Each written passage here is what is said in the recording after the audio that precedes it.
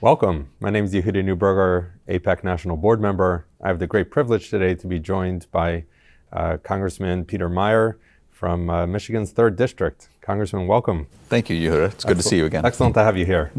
And so tell us a little bit. You have an interesting career path starting in Michigan, going from there to West Point, Columbia University, a little bit of detour through Europe and the Middle East. So tell us a little bit about your personal story and how that ended up culminating in your running for Congress. Yeah, I've really been attracted towards service in some realm or capacity, and that very much started with the military. I started off at West Point, loved the Army, wasn't sure that I wanted to commit to a career as a commissioned Army officer, so I transferred over to Columbia University and enlisted in the Army Reserves. Served about 12 years in the Reserves, including between my junior and senior years, a deployment to Iraq when my unit was called up. So I ran intelligence operations very much at the tactical level in the Baghdad area and then a little bit out in Wasat province towards the Iranian border. And we were very much dealing with the Shia problem set. So a lot of Iranian-backed militia groups. So got very close understanding of the Iranian Revolutionary Guard Corps, the Quds Force, and all of those malevolent actors in the region. Came back, finished up my undergraduate degree,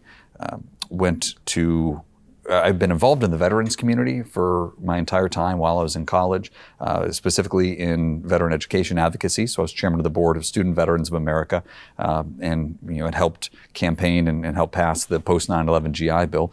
And then that combination of the military experience and that veteran community led me to work in disaster response operations with a group called Team Rubicon. So with them, went to South Sudan. I was in the Philippines, domestic response missions in Oklahoma after the Moore tornadoes in 2013, then also Hurricane Sandy in New York after 2012.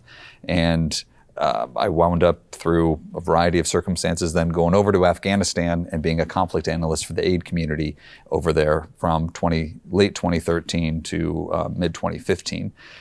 After all of that kind of whirlwind around the world experiences, came back home, got an MBA at NYU, worked in real estate development, and had been very involved in trying to get more veterans into office on both sides of the aisle. And seeing just the difference that somebody can make in a role and wanting to continue that sense of service, I ran for Congress in the 2020 cycle, was elected, sworn in, and here we are today. That's great. I mean, at some point, I'd love to talk about the business career, and I know that we had the occasion to travel together with your lovely wife Gabriella to Israel, and I know many of your comments about the creativity and ingenuity in the technical sphere. But I want to talk a little bit more about this service. First of all, thank you for your service and such a varied service to our country. But as you think about the U.S.-Israel relationship, as you traveled to Israel and made your way around there, how did your deployment overseas and your familiarity with the Middle East as a region, how did that affect your trip? How was your trip affected by that viewpoint, and as you take it back to the halls of Congress? Yeah, no, I think Iraq was very much caught, and by the time I was there, it was pretty late in the war, right? This was 2010 to 2011. I think when we landed in Iraq, there was maybe 50,000 troops on the ground. By the time we left, it was closer to 15,000. So it was during that withdrawal period, but also some pretty big questions about what will a post-American kind of occupation of Iraq, what will that look like? And trying to plan for that as regional actors were planning as well, whether it was Al-Qaeda in Iraq and some of the more Sunni militant groups, or the Shia militant groups I was mentioning, the Quds forces, Jaish al-Mahdi, Asab al-Haq, and others. And that left in me a very clear understanding that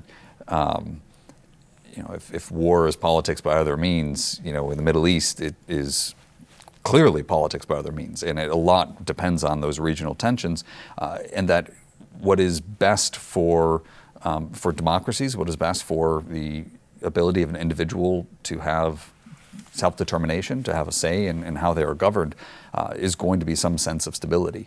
And I think that's something that very much Israel brings to the Middle East, is that kind of bulwark against the more extremist forces. It is that belief of trying to find that pragmatic path forward, and while at the same time asserting those shared values that both America and Israel have in common, of that belief in self-determination, of that belief in allowing an individual to become who they want to be, rather than rather than what all too often becomes the case in a land of dictators, in a land of armed militant groups and others who govern through oppression. So my experience in Iraq very much also helped me empathize with what it is like to live under the threat of Iranian rockets. That was a constant threat. The base I was at in Baghdad was kind of too small to hit with a rocket, so we were just going to see them coming from Sadr City and other areas and going over our heads into the green zone. But in Western Iraq, in Eastern Iraq, we had a significant amount of rocket attacks on our base, and just how easy it is for folks to try to force some of that destabilization. And so I think both, I think we were talking earlier, the Iron Dome and being able to see that up close in person in Israel was just frankly awesome to see how far that technology had come in the past decade from what I had experienced with CRAMs and other efforts, but also seeing all along that periphery, that what we had experienced in Iraq in terms of that, Iranian-backed aggression, that is still very much a factor of everyday life. But within Israel, obviously, life goes on. You focus and you take and you understand and adapt to those threats, but you also don't let that define you. And I think that is something that I walked away from our Israel trip with, just feeling an immense sense of pride and admiration. I know personally, just watching what's going on in Ukraine, and it's just devastating and heartbreaking. And you see these rockets, literally all these video images, and the invasion was while we were there. That's right. We were in Israel. We were up in the Sea of Galilee, that is right. And just the night before, I think, I hope I'm not talking out of school, but we were up a little bit late, and saw. I don't know if they were F-15s or F-35s, but 3 Israeli Air Force jets kicking on their afterburners and going and bombing, presumably I think it was some Hezbollah positions in the Damascus suburbs. And then the next day kind of wake up to see that Russia has invaded Ukraine. Right. And just thinking about, I see those images and you think about unfortunately, the defenselessness that they have in the face of those rockets, and makes us extra grateful for the work of you and your colleagues in supporting the Iron Dome. So just continuing on that theme of freedom, as you were mentioning, I think that Israel, obviously, as you know and as you saw and we experience, is a colorful, vibrant democracy, really with all segments of society able to speak their minds. And really that's one of the central values that are shared between the United States and Israel. And that's really the bedrock of the relationship, is that values. And so in that light, I was interested to see in your position paper on the U.S.-Israel relationship, which is a wonderful one. I encourage everyone watching to read it. But you make an interesting point. You contrast what you call allies of convenience with allies of conviction. And in the Middle East especially, there's a critical need for allies of convenience, but there's a very, very strong difference between that and allies of conviction. So maybe you could just expand a little bit about your thoughts on that and how it plays out in the U.S.-Israel relationship. Absolutely, and I think I actually wrote that paper prior to the Abraham Accords. Yes, I believe that's right. And so that is, I think put a much finer point on it. But that idea that, and the allies of conviction, I think, obviously the U.S. and Israel, but also what we've seen in Europe, following the invasion of Ukraine, and countries that realize we have shared values, and values are a really easy thing to say. It can be an easy kind of throwaway line, but I think they're thrown into contrast when you see what not sharing values means. What a country, like Russia, like Iran, countries that are truly lacking in any sense of aspiring to a higher ideal, and instead are purely for narrow self-interest, and if that means asserting that self-interest violently, murderously, against, in an antagonistic way against other nations, they'll do it. Right? And so that allies of conviction is there are, you may have differences of approach. You may have some places where maybe you're the incentive of one nation, the incentive of the other differ, but there are those very strong present threads that are frankly kind of unbreakable and can be tested, but then show their strength in those moments of crisis, as opposed to allies of convenience. And those are ones where we may have a common enemy today, but if that common enemy goes away, all of a sudden the fissures and the fractions and the fact that there isn't something at that bedrock level.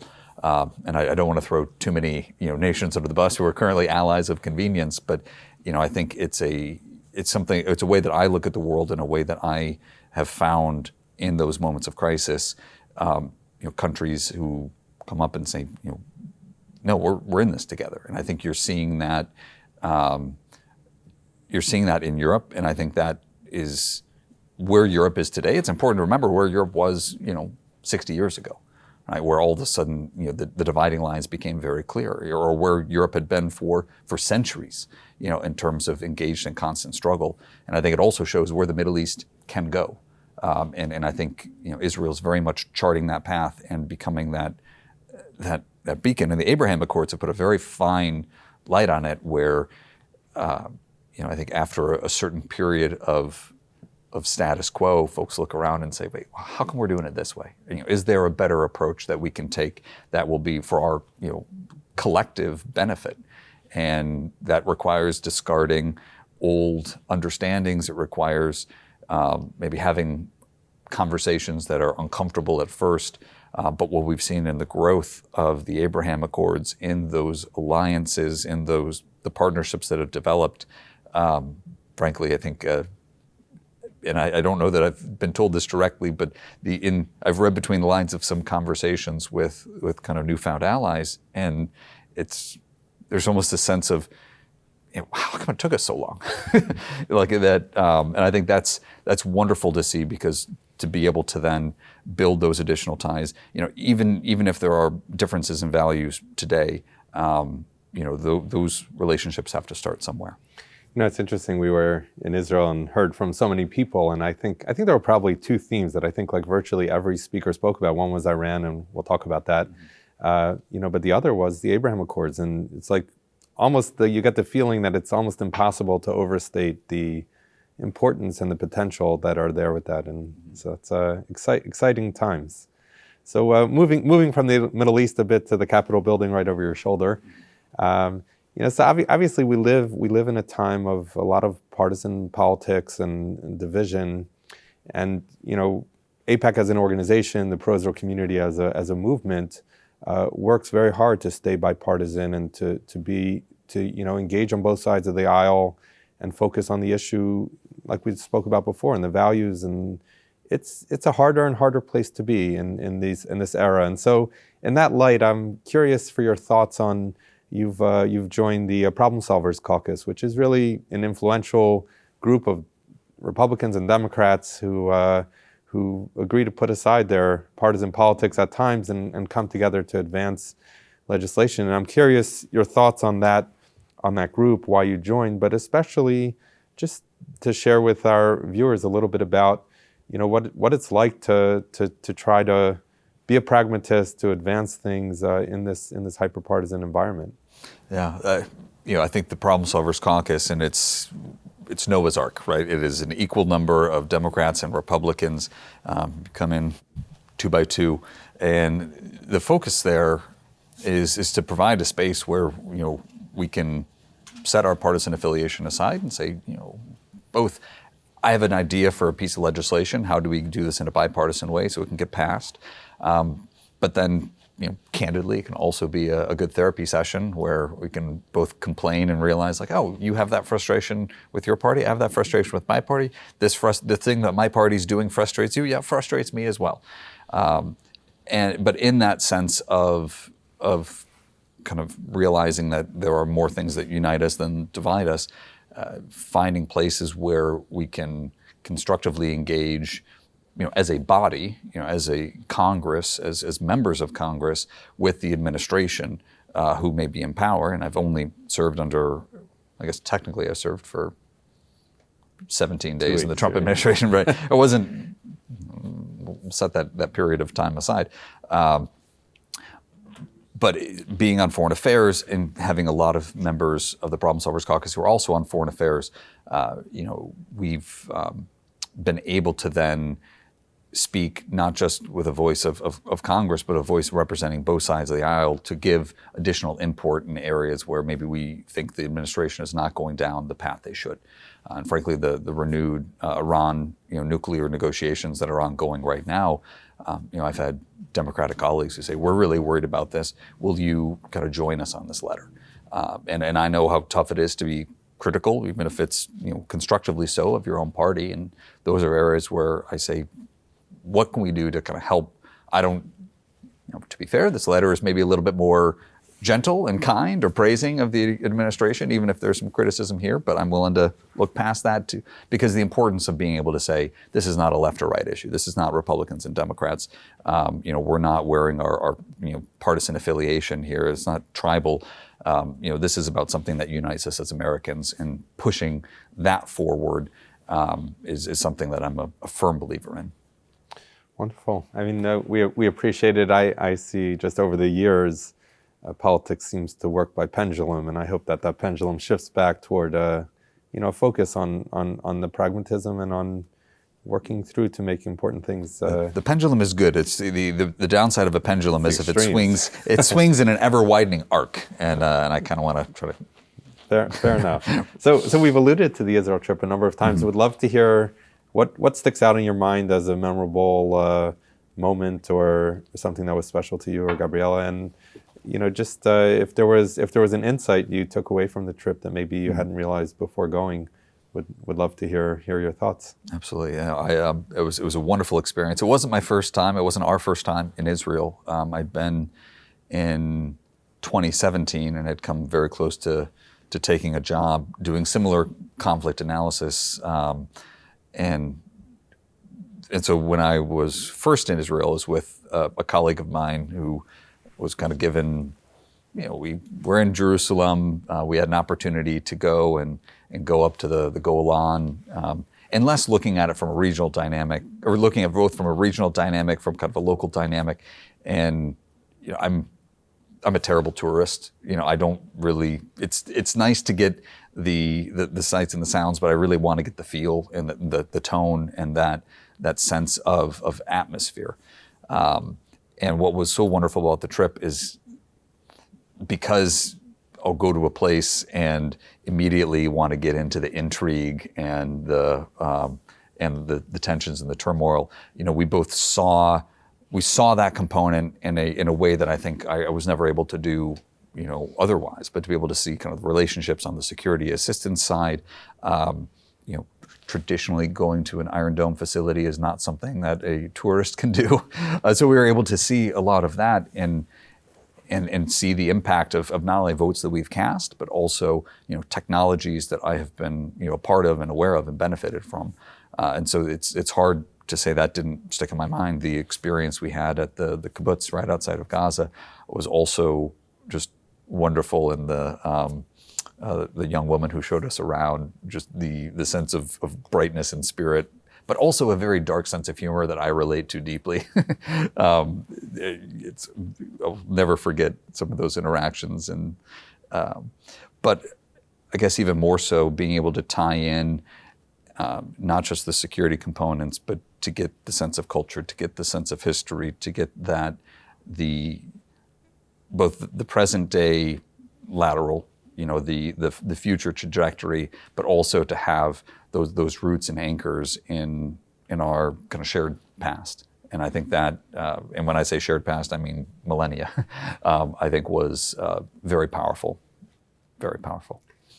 So you referenced you're visiting and not liking to be just the tourist sites. I remember we may or may not, our first night, have gone out looking for drinks, and I remember you're like going down the alleyways, engaging local culture, going down the alleyways looking for a specific bar you may or may not have been to once, but really getting that chance, to see the culture, meet the people. I think it's an important part of the experience.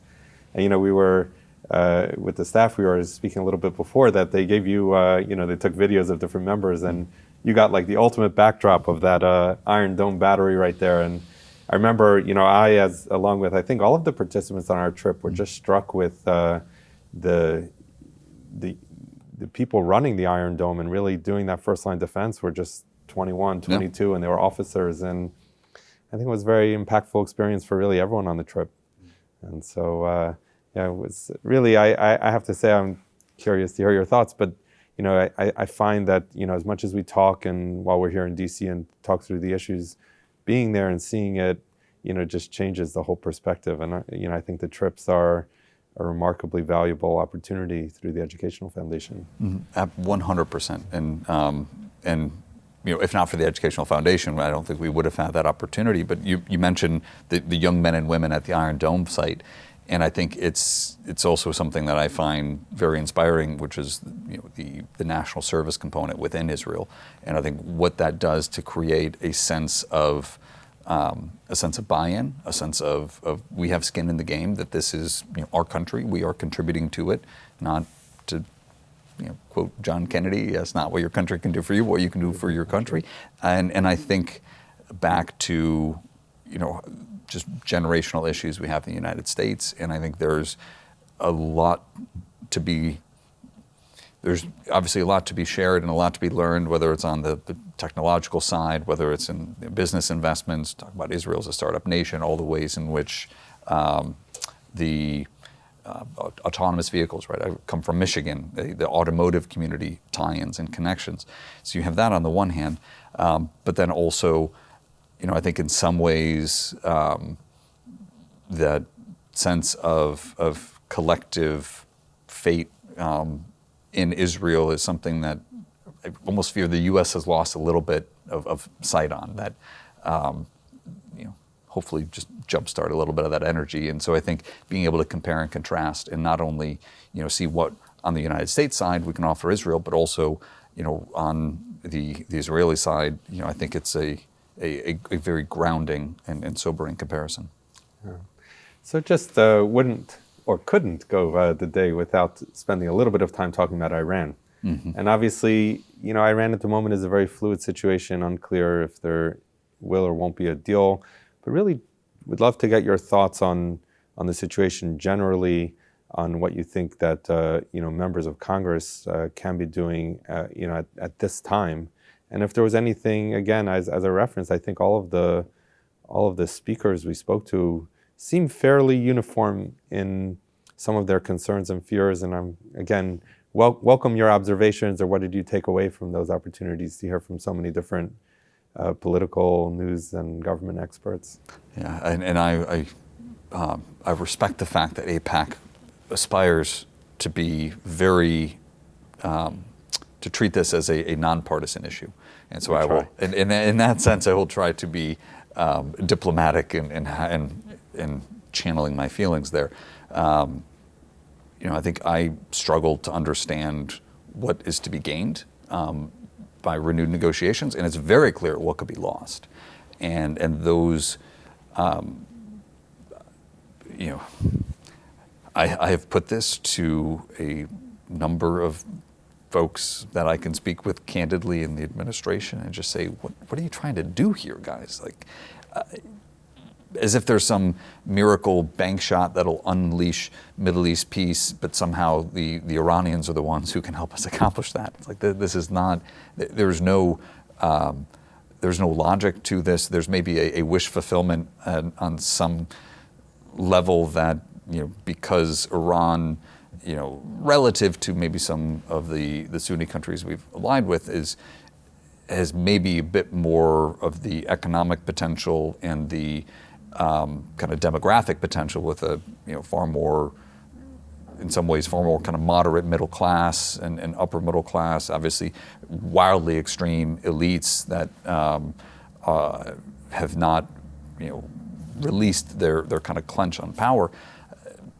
But it's baffling, and I have yet to speak to anybody who is knowledgeable. I've yet to hear a good argument with somebody who has extensive experience with Iran or with Gulf and GCC and Shia aligned, Shia Crescent state tensions, who thinks that this is going to end well. That by reducing sanctions, by relieving some of that pressure,